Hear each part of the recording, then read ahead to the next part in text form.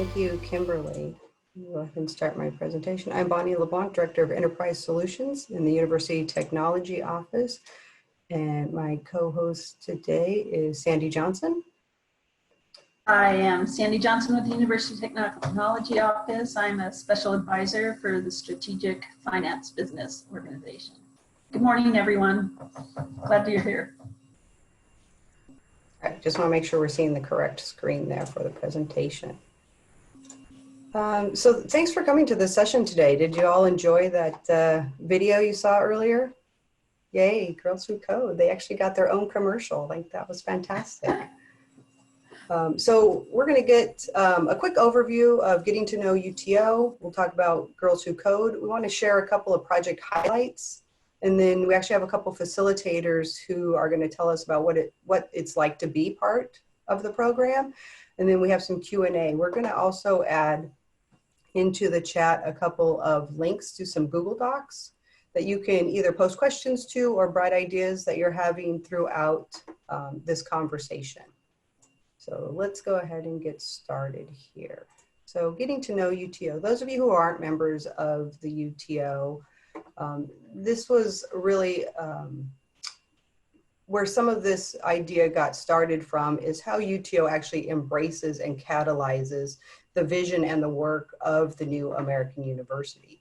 And what does that really mean? That really is looking at the pillars of UTO and how we support the bigger initiative. So when we talk about the pillars, we're really talking about our operational excellence, our strategic innovation, and the community experiences or community delight that we're building.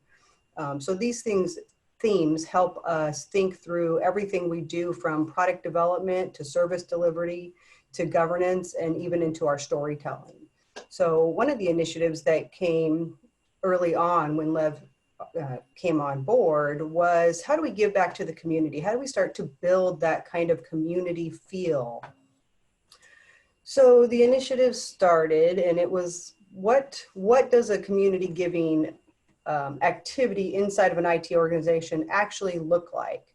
So we said, well, maybe it's a volunteer program that actually helps with team building and community, and then it does that out into the community.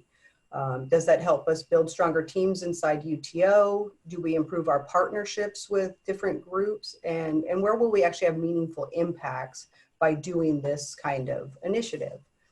So as you see, we wrote a mission to grow and sustain a culture of giving as an organization and drive community impact. Throughout the writing of the goals, we really wanted to try and leverage what we knew as our daily kind of expertise areas, and how might we factor that in as technologists to actually also build stronger communities. In parallel with this initiative was the culture of UTO. So giving back is one effort, but really building out that culture. Started internally with culture designers as a way to kind of build that foundation of what does it mean to start building a culture. Worked out into culture weavers. And so this is the intent, to weave the organizational culture all the way through UTO into our digital transformation and building some customer delight along the way. All the way out to the work that we're doing now across ASU. So why does this event even exist today for all the IT professionals to come together? It's because of the culture work that UTO has been doing to build these ripples out into the community. So back to giving back to the community. So if we're trying to build this culture and we're trying to impact the community, how are we going to do that? What kind of events are we going to get involved in? So here's an example of some events that we've been doing since really February 2018, just trying to find opportunities for folks to get engaged. On the right-hand side, you can see that we kind of group them into some themes. There's some environmental impact, there's some ASU family and community, food scarcity, animal welfare, kids, technology. So each one of these events, we've tried to capitalize on kind of passion areas for folks inside UTO. All the way down to here, supporting the Green Devils Network across UTO and adding a soft plastic recycling program to our office space in addition to the other recycling we were doing. a little deeper dive here. So when we talk about giving back to the community and giving back what we know best, we started to kind of look across what is it we do in our day jobs? Where are our skill sets that we could capitalize on? We know a variety of technology platforms. We have project management professionals. We have data analysis and business analysis. We know a lot about communicating and using a variety of collaboration tools. So I did just want to throw in a quick highlight. One of the next things that we're going to be working on is how we do digital transformation for nonprofits. So maybe taking some of the things we're learning about technology, go out to a nonprofit group and help them enhance their digital capabilities, whether it's their platforms, their communication tools, things like that. But today we want to focus on the ongoing efforts of Girls Who Code, highlight some of the things that they've been doing. So I'm going to hand it over to Sandy and she can talk to you a little more about what the program is and how it's been running. So good morning again, everybody. Thank you for coming. This is really important to us. And so what is Girls Who Code and why is it important to us and why did we choose this as one of our giving back projects? So it was founded by Reshma Sujani in 2012, and she came up with the idea of the organization while she was running for Congress in New York. And she had noticed during her canvassing that schools along her campaign route lacked girls in computer science classrooms. What Reshma found and what we continue to find today is that the gender gap in computer science is widening. The graph that you see on the right shows that in 1995, 37% of computer scientists were women. Today, it's only 24%. And some of us, including Reshma, think that if we don't do anything, that trend is going to continue to decline. Also, statistics are showing that the biggest drop of girls in computer science is between the ages of 13 through 17, and we've kind of seen that in our clubs with the middle school clubs. We have really very few girls in that age group.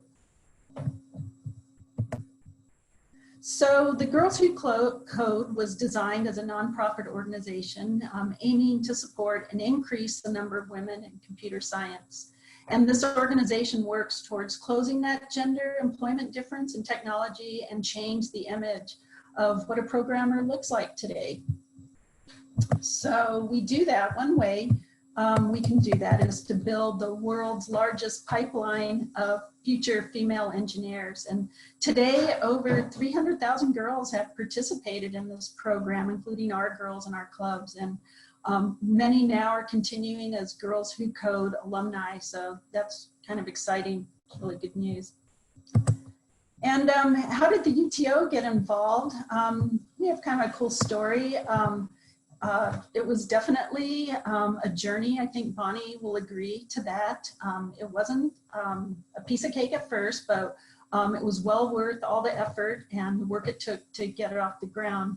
One key point is that we started with a very supportive executive sponsor, Tina Thorstensen.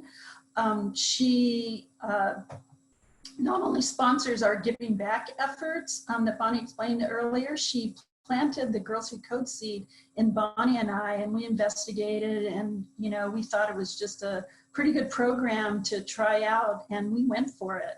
After we decided we were going down that path, we partnered with the ASU Educational Outreach and Student Services Group from the President's Office. They are the community outreach folks, and they provided connections for us to local schools and other places where there was interest in this type of program, like at the Chandler Library, for example.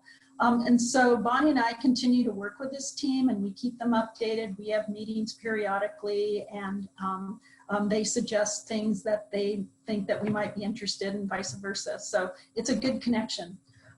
We then worked with the Girls Who Code Regional Partnership organization and our partners from National Partner from New York and and both of these gals worked with us every step of the way. We had so many questions, but they got us through all the little red tape that there was, and they helped us register the clubs and help us understand the materials, applied for grants. They told us about the grants. We did apply for grants, and we had $300 per club to purchase supplies and t-shirts and bags and snacks.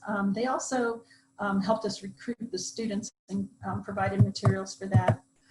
Then we coordinated with the principals and the faculty sponsors at the schools, where we ended up hosting Parents' Night at each location. We had a PowerPoint presentation with some videos and some materials, and had a Q&A for the parents, and that's where all the parents signed up their daughters, and we had a couple boys join the club as well. Once we did that, Bonnie and I found ourselves thinking that, hey, we need some help here. So we recruited and prepared the facilitators, which included lots of meeting and reading and figuring out how the website worked, and training and reviewing materials, and background checks. So all of us had to go through a Girls Who Code type of background check. And then interesting, when we went on Zoom, recently, we went online with the girls. We had to do a little bit of additional work on background checks because the girls were now considered, since they were in the Zoom rooms, minors on campus. So that was an extra step. So we continue to interact with the principals. I actually communicate with the principal at least once a week, if not more. We interact with the teachers. Pretty important doing that because there's always scheduling issues. We always know we have to be flexible with the rooms, and they supply the computer equipment, and we work with them for all the other logistics that need to happen. So our team is currently facilitating a 3rd through 5th grade group and a middle school club, and they're both hosted right now at the ASU Preparatory STEM Academy. However, there are other programs under the organization that we all can have opportunities to, and we've talked to the university about perhaps hosting in the College Loop or the Summer Immersion Program. And the College Loop is just that. The Girls Who Code alumni are looping up into college now, and we're continuing clubs at the university level. And the Summer Immersion programs are 2-week, all-day intensive coding programs from the very beginning entry-level programmer to advanced programming. And since the COVID-19 issue occurred, the Girls Who Code organization has created a coding at home for the girls. It's kind of cool.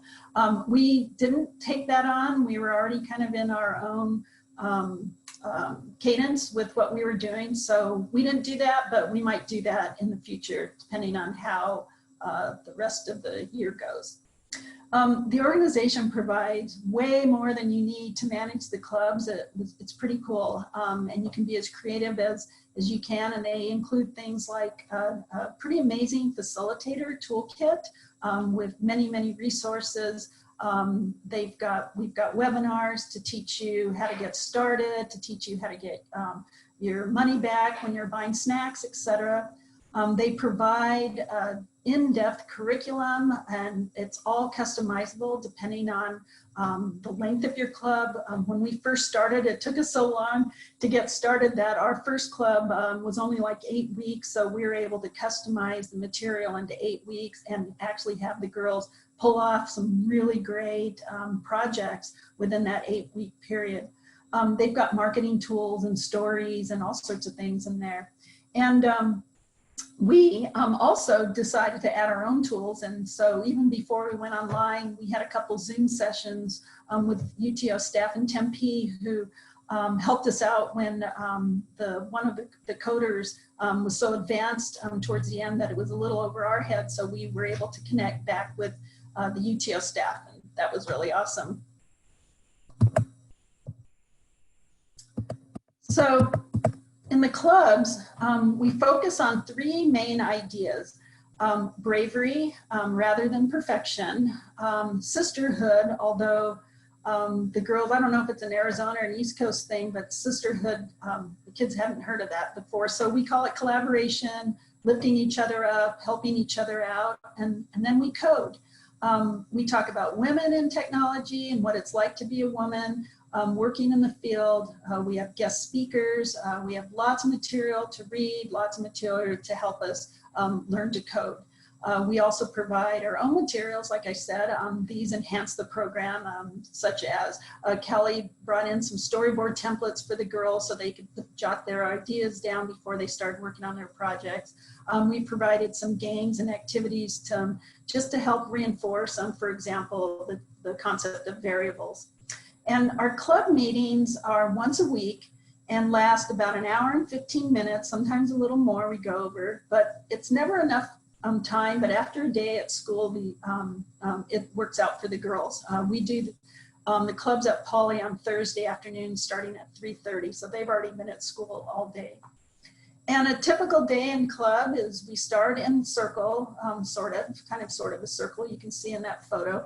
We can't really ever get them in a real circle, but anyway, we start with a group activity. We usually give them a challenging question, or sometimes we give them a magic wand and ask them if they could do anything with their magic wand, what would they do to change the world? So we pose questions, we have fun discussions with them, and we usually talk about bravery somehow. We try to pepper that in and talk about what it means to be brave, and the girls will usually have a little example of sometimes when they're not so brave, so we talk through that with them. And of course, we learn coding skills. So we've got lots and lots of material to teach the girls coding in age-appropriate ways, and then we spend the rest of the time coding. And if it were up to them, they'd spend the whole time coding. They can't wait. They jump, they run, they go grab their computers, and they love it. They have a lot of fun. And every club, we try to do a recap, but the kids usually code to the very last minute until their parents arrive. So we usually do the recap at the beginning of the next club session. So many projects, and some of the highlights over the last year. We were really proud of our middle school students. They were featured at the Spring 2020 Arizona Department of Education ESSA conference. They created an American Sign Language website. They're going to complete it this afternoon. Today is our last club of the year, so they should be working on that today and finishing that up. We also have a gal in the 5th grade that's working on a tiny house project. She's trying to think through how she can figure out and do her own part to house the homeless.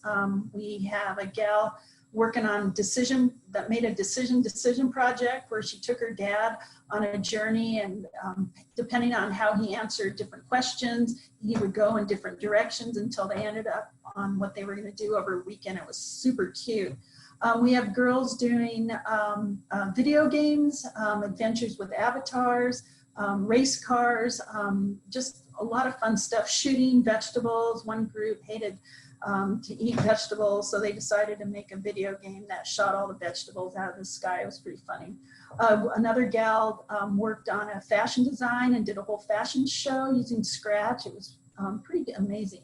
And then you saw this morning, we were challenged with, can you build a better pizza with technology? And the two gals on the right on this magazine cover were the ones that took that on. And the girl on the left is the gal, she actually came up with, I know, we need data to figure this out. It was pretty amazing. And of course, it wouldn't be a UTO thing without sharing some stories. We have a couple stories to share. TWE, our local regional support partner, is moving on, and she sent us the following email, the one on the left. In it, she highlighted that over the last school year, Arizona grew over 175%, and we launched 402 clubs this year, which I'm just kind of like shaking my head going, I can't believe that. So that's really super exciting.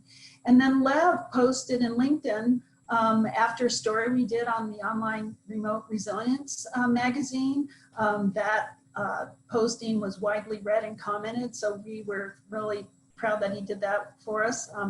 And the gal sitting in that photo is Chloe, and she's the person who's working on the tiny house project. So this semester we had 9 UTO staff and 1 high school volunteer making it all happen. We had over 35 girls in the fall and 25 this term, which is really a lot of girls to be teaching to code. We had 10 in person and 1 supporting us from our office, 1 from high school. The one in the upper left corner was one of our high school students.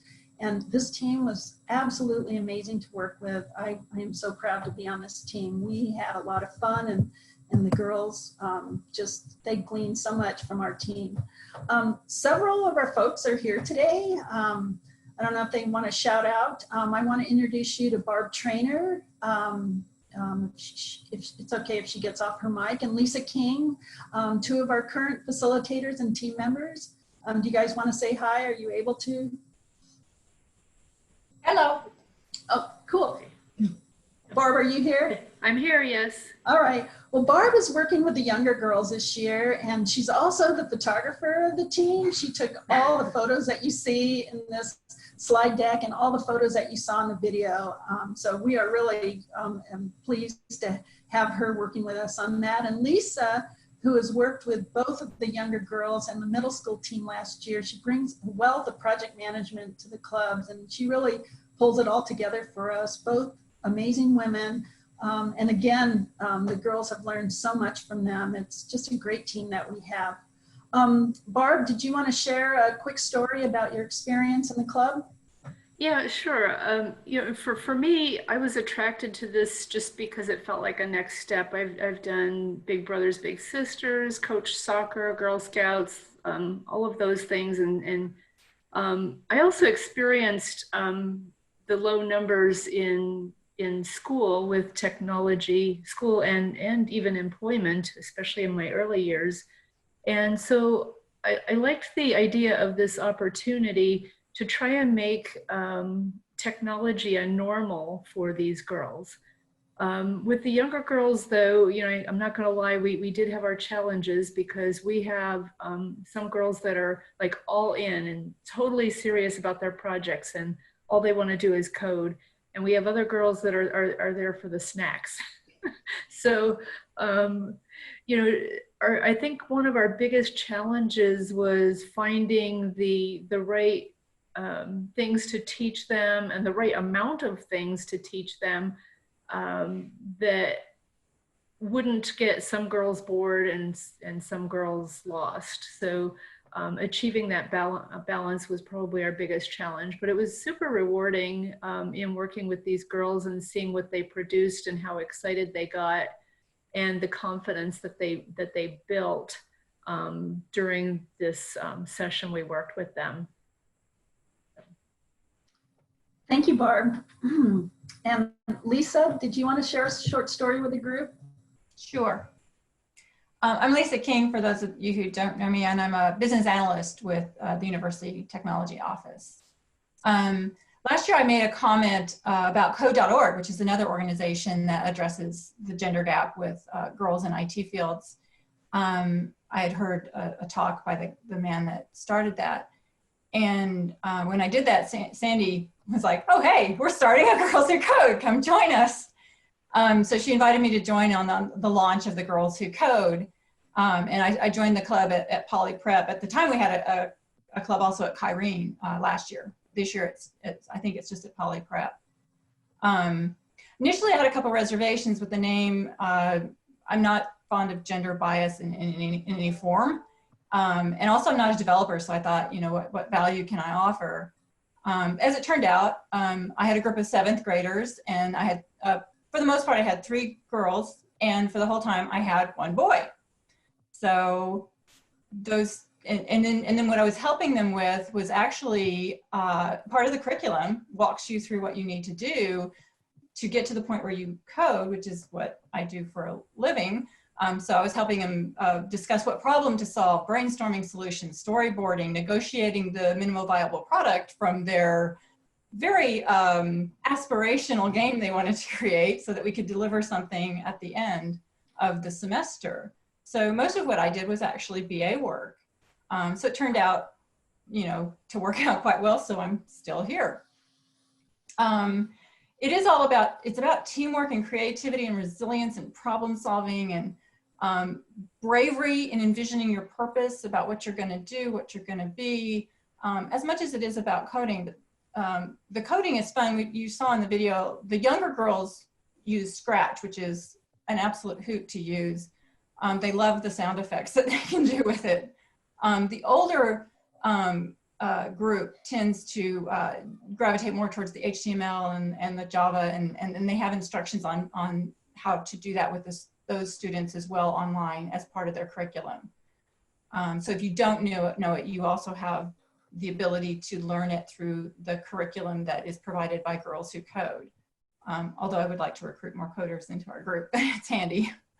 So the team I was blessed to be part of, they were all of those things and more with it, that they want to be brave and creative. And when we were in our groups, the maturity that I saw in these students, they were negotiating the features in their game and the respect that they had for each other's ideas and respect for each other's differences because they were very different in personalities. Siblings would come in and watch as well. It was so interesting, the dynamics of the group and how interested everybody was and how well everybody worked together and the respect that they showed each other and even the siblings that showed up. I told them that they were on par with the best teams that I worked with at ASU. And I think that all of those of us who volunteered in both of these years with this group have been rewarded by doing this little part to help shape a better future for these kids by being so inspired by them. I agree. Thank you so much, Lisa. Thank you. And when I said whatever these kids do, I'm sure that they're going to succeed. And I hope someday that I'm going to work with them or maybe for them. Awesome. Thank you so much for sharing your story. I think, you know, we all know since being involved in the program, what a difference it's making. So we do want to jump into, they have given us up until about 10:30-ish, but we do have some FAQs that we can kind of walk you through, give you some ideas about, you know, how you might get involved in the program. We did link to the Google Doc, so we would like you to put some notes in there, or you can put some items here in the chat. I'll run through a couple of these real quick in case these are burning questions, because these have been questions that have come up multiple times for us. Do you have to know how to code? You just heard two great examples of no, you don't. And guess what? You might be learning right along with them. How many hours a week? Kind of depends on how many people are in your group. I'm estimating 3 to 4. Some of that's going to be prep time with the folks that you're going to be going to the classroom with, and then some of that is actual in the classroom time. So it depends on how much prep time you're going to need for that week's kind of topic. Does the name actually mean only girls? Lisa had a great example there. No, boys are welcome. You just have to understand that the theme is there's going to be, you know, talk about the resilience. There's going to be highlights of women who have had successful careers or launched businesses or done some really cool things in their lives that will be highlighted throughout the program. Minors on Campus has come up recently. Yes, either you or someone in your group needs to be certified to teach minors on campus, or you must be with a teacher at a facility who is background checked and fingerprinted and all of that, who's knowledgeable about what that means. Can you set up a club outside of a school site? Yes, absolutely. They're in churches, they're in libraries. At this point, with the program really going fully online, the possibilities probably are limitless now of how you gather a group. How long does it run? That can be flexible. I think the shortest one we did was 8 or 9 weeks, but it can be 15 weeks. It can span from one semester to next. It can just be an ongoing. What are the ages? I think Sandy highlighted that a little bit. We're really talking about 3rd through 5th grade, and then another program that does more of the coding from 6th grade up through high school that we would be focused in on. how many facilitators? Depends on how many girls you recruit. You know, I think at one point they told us, oh, 1 facilitator per 10 students. Well, I know Sandy's shaking her head no too. Like, if you haven't been in the classroom with kids or have any reservations about doing that, having a couple of facilitators is helpful. The club that I had at one point, we only had like 7 girls, but we had 3 facilitators. It was lovely because you could get around to each of the tables, talk to each of the girls, and learn something about that, the work that they were doing. And how much does it cost? No cost to you, no cost to the girls, no cost to the school or facility that's going to host it. They do have grants so that you can get a grant and then you have money to spend on your girls in that club. So if you're buying snacks for them or we got them little bags and gave them certificates and stuff. So no cost to you or the girls or the facility. And yes, UTO has blessed us with the time to do this as part of that giving back to the community group. So we are fortunate to do that. We'd love to talk about how others can get involved and also, you know, have that opportunity to give back. I just want to take a pause real quick. I don't see any questions coming in the chat. So if you're not using the chat and you're using the documents, we can jump over there in just a minute. I do want to go back and just kind of remind everybody that yes, UTO has given us this time. It is part of the culture that we're trying to ripple out into the community. And you know, I so appreciate your time coming here and learning more about the program today.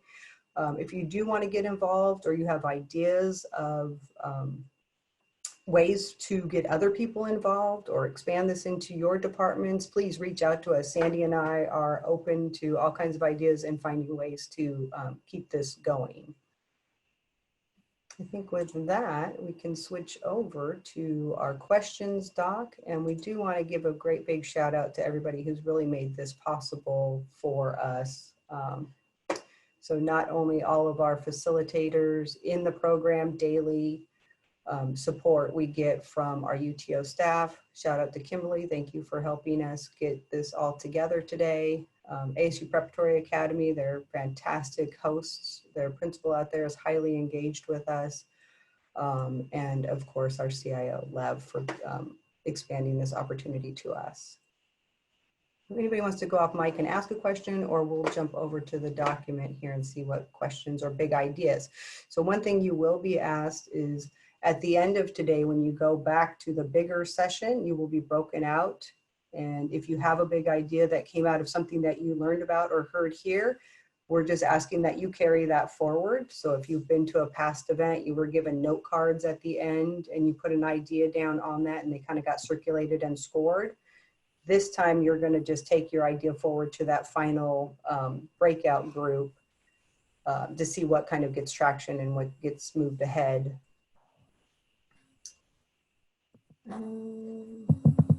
Stop sharing real quick. Sandy, go ahead. Do we want to go through the questions? Are there questions in the doc? I need to jump over there. Yeah, so the first one is, how can I get involved as a volunteer? You can either work with Bonnie and I and we can get you started, or you could go directly to the Girls Who Code site and contact them. I think it might be easier if you work with Bonnie and I, because we went through the boot camp already, and you probably don't need to go through the boot camp by yourself. So yeah, connect with us. Bonnie or I, we're in UTO. We're totally happy to get you started. And if you wanted to work with us, and there are several schools that would like to get involved, we just don't have enough folks today to get going, and there were a couple of hiccups to get the Kyrene School going this year, but we're ready to expand. So yeah, connect with us or go directly to the site.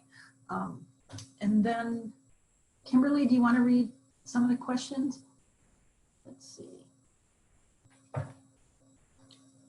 Sure. Cecilia, I'm sorry, I cannot pronounce your last name. Can we get involved even if we'll be leaving the ASU organization in the next upcoming year? Yeah, I mean, I have no issues getting involved with us as well. We have a high school student. She's actually the principal's daughter, but she goes to a different high school. She's helping us out, and you know, it's kind of cool because she needed some volunteer hours anyway. So she comes every club meeting, and she's closer to the girls' age, so that's kind of fun. But yeah, I see no reason not to get involved with the ASU. You don't have to do it with ASU. Go to girlswhocode.org, and you can get involved without connecting with us here. It says, do I have to have coding experience? I think Bonnie answered that, and it's no, you don't. And as you look at the curriculum, you will learn right along with the girls. So you'll start learning how to code, and it's all there. It's really fun. And then when you start playing with Scratch, if you've never coded before, you totally get the hang of coding after playing with Scratch. It's a building block coding program. So it's, you will actually learn to be a coder after you do even one semester. What's another question? I do have, so for the next one there, can we donate resources or funds? I do have a link I'll drop in there as a place that you can go to. So thank you, Melody. I think that's a fantastic way to get involved as well. And then Nancy, what does the virtual GWC session look like? Basically what you saw in that video. It's a Zoom session, just like you're doing right here. So it's been a little bit slower. So so we need to work on that. It hasn't been bad at all. That's where our guest speakers have come in. And so we changed the format a little bit because not all 25 girls came into Zoom, and not all 25 girls can work with their own partners again out in the club.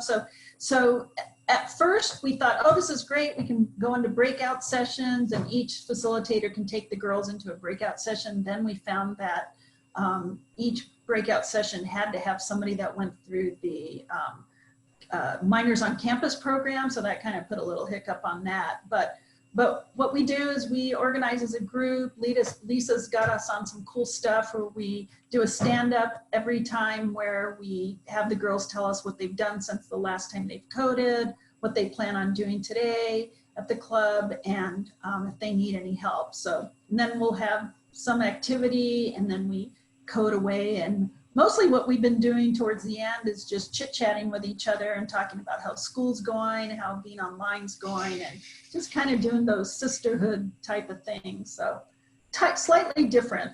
One thing we noticed is they aren't getting as much coding done online because it's just, you know, we're all kind of learning this. And I think the girls are mostly coding on their own after they get offline and they're at home. So I think that was the last question.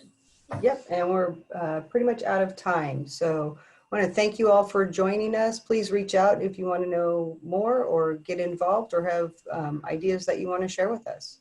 So thanks, everyone. Thank you. Thank you. Thank you, Lisa and Barb, as well. Yes, thank everybody. you. Appreciate it.